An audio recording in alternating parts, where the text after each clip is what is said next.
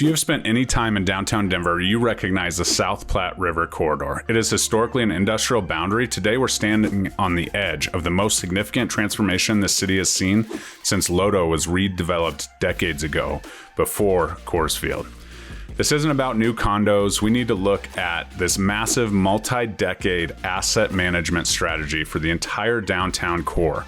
The 62 acres currently occupied by Elitch Gardens is slated to become the River Mile. The strategic vision is effectively to erase the current industrial feel and replace it with hyperdensity, creating a new 15-minute neighborhood. That connects the current downtown directly to the riverfront. Strategies matter more than hype. We will analyze the specific phases, identify the major stopgaps that could alter timelines, and give you grounded understanding of what this area will look like in 5, 10, and also when it's finished down the road. The transaction is just the beginning of a 25-year evolution. Strategic wealth building through real estate requires understanding the fundamentals before you look at building design. The River Mile looks exceptional on paper, but the biggest stopgap isn't funding or permits, it's hydrology. This entire site is currently inside a floodplain.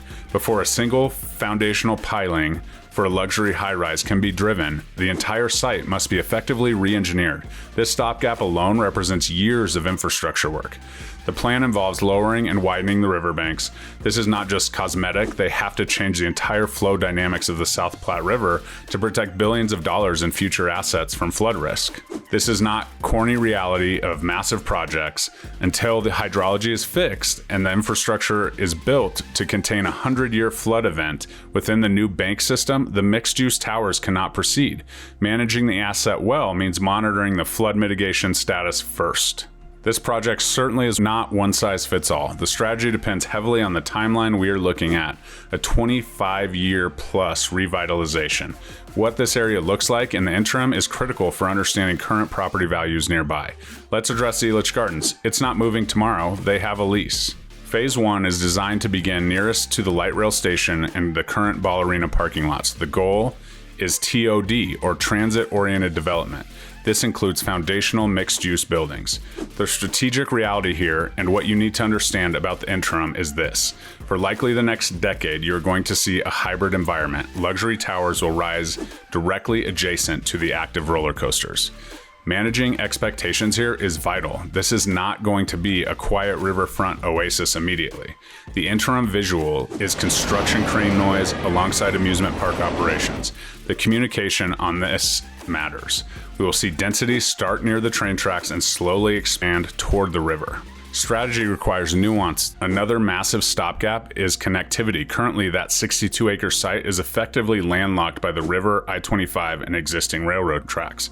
A strategic operator knows you cannot simply drop 15,000 new residences onto the site without fixing how people move.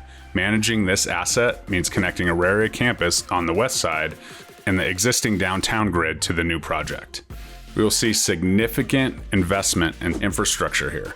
Picture new pedestrian bridges and redesigned street grids, specifically focusing on Spear Boulevard. When you look at the strategy long-term, the goal is to convert an underutilized surface parking lot into one of the most high-value assets in the region. When finished, the visual will be hyper-dense. Picture 25-story to potentially 50-story towers built tightly together to maximize density near transit. The non-negotiable component, however, is the river.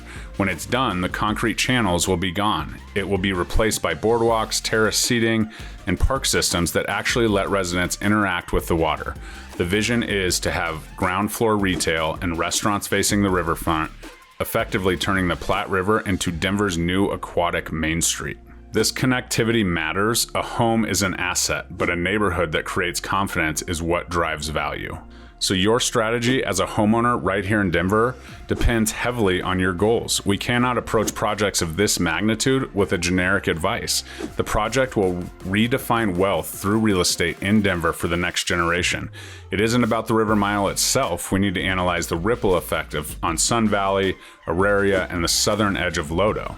If you are a long-term property owner, understanding these phases is essential for making confident decisions. This is exactly what we manage every single day. We are long-term resource. If you want to dive into that data regarding how specific scenarios fit into your asset management strategy, reach out and we can talk. or you can scan this QR code and get a quick assessment of what your value looks like. Let's be real here. Lifestyle is an absolutely key component to living a wealthy life. And we have to understand that this will absolutely change all of our lifestyles. But for now, we need to also take into account what it's going to do for our bank accounts, for our real estate assets, or what it's going to do for our renting costs and all of the things that may affect you. If you have any questions, you can always reach out, but stay tuned to this channel because this channel was built just for you, and we want to make sure that you know exactly what's happening in Denver and you can make educated decisions. Can't wait to chat.